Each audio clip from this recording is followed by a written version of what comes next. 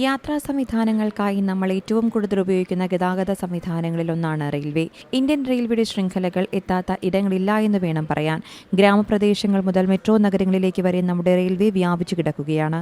യാത്രയ്ക്ക് ഏറ്റവും കൂടുതൽ ആശ്രയിക്കേണ്ടി വരുന്നത് ട്രെയിൻ ഗതാഗതി ആയതുകൊണ്ട് തന്നെ യാത്രക്കാർ അറിഞ്ഞിരിക്കേണ്ട ചില പ്രധാനപ്പെട്ട കാര്യങ്ങളുമുണ്ട്. അതിലൊന്നാണ് യാത്രക്കാർക്ക് കൈവശം വയ്ക്കാവുന്ന ലഗേജിന്റെ ഭാരം എത്രയെന്നുള്ളത്.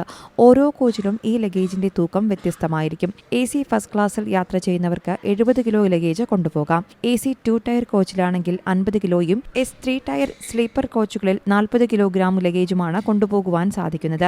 ഇനി സെക്കൻഡ് ക്ലാസ് അഥവാ ജനറൽ യാത്രക്കാർക്ക് 35 കിലോ വരെയാണ് കൊണ്ടുപോകാൻ കഴിയുന്നത്. ഇതിൽ കൂടുതൽ ഭാരമുള്ള ലഗേജുകൾക്ക് റെയിൽവേ അധിക ഫീസ് ഈടാക്കുന്നതാണ്. യാത്രക്കാർ ഈ ലഗേജ് നിയമം കൃത്യമായി മനസ്സിലാക്കിയില്ലെങ്കിൽ ഭാവിയിൽ പരിശോധനകൾ നേരിടേണ്ടി വരാൻ സാധ്യതയുണ്ടെന്നും റെയിൽവേ അറിയിക്കുന്നുണ്ട്. ഇതുകൂടാതെ ട്രെയിൻ യാത്രികർക്ക് ചില പൊതുനിർദ്ദേശങ്ങളും നൽകിയിട്ടുണ്ട്.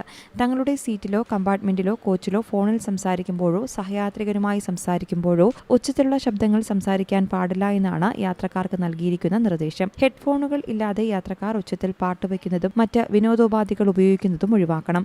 രാത്രി 10 ശേഷം TTEക്ക് യാത്രക്കാരുടെ ടിക്കറ്റ് പരിശോധിക്കാനാകില്ല.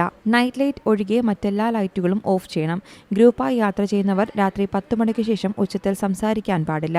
നടുവിലെ ബർത്തിലെ യാത്രക്കാർക്ക് ഏതു സമയത്തും അത് ഉയർത്തി ഉപയോഗിക്കാം. ലോവർ ബർത്ത് യാത്രക്കാർക്ക് ഇതിനെക്കുറിച്ച് പരാതിപ്പെടാൻ കഴിയില്ല.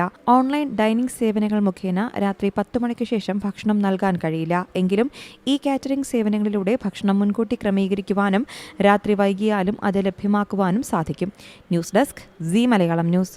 ഏറ്റവും പുതിയ വാർത്തകളും വിശേഷങ്ങളും വിരൽ തുമ്പിലറിയാൻ സി മലയാളം ന്യൂസ് എല്ലാ ഡിജിറ്റൽ പ്ലാറ്റ്ഫോമുകളിലും ലഭ്യം.